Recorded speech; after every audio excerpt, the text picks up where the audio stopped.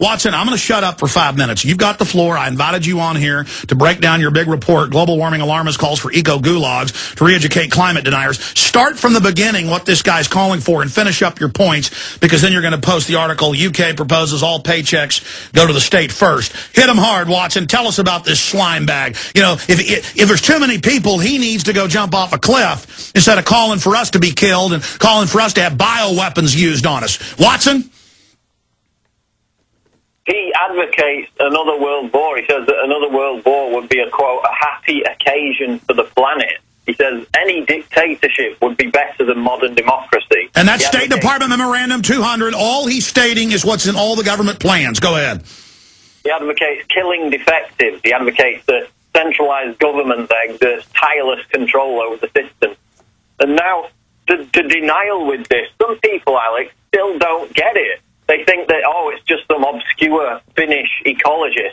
This is the dominant belief system amongst environmentalists. You have the power in John Holdren, the White House science star, running the geoengineering program. His 1977 book, Eco-Science, embraces the same ideals as are contained. And he repeated all of that in 1998. Yeah, and then you've got the money. Bill Gates, $10 billion a year funding vaccines to the third world. The prime purpose behind which is to reduce global population, as Gates said in his own words, in his own TED speech. You know, how can vaccines aimed at curing health problems, you know, lower global population unless they're sterilizing people in the third world? The depravity of what this guy advocates is just unimaginable. No, he is a would-be killer who is part of the cult, and he is an enemy of every one of us. He wants us dead. He has stated it, and everything he's saying is official. IMF, World Bank, Club of Rome, UN, RAND Corporation, Council on Foreign Relations. All of these people are vicious pigs who want the life extension technologies for themselves and want us out of the way. And so, at least down the road, if they do release the bioweapons and pose as our saviors and organize the collapse, remember, they did it, and at least some of you can hide out and form a resistance then. A lot of you are denying now. You won't later when you're burying your dead kids. Go ahead. But this guy makes Hitler and Stalin look like fair-minded humanitarians.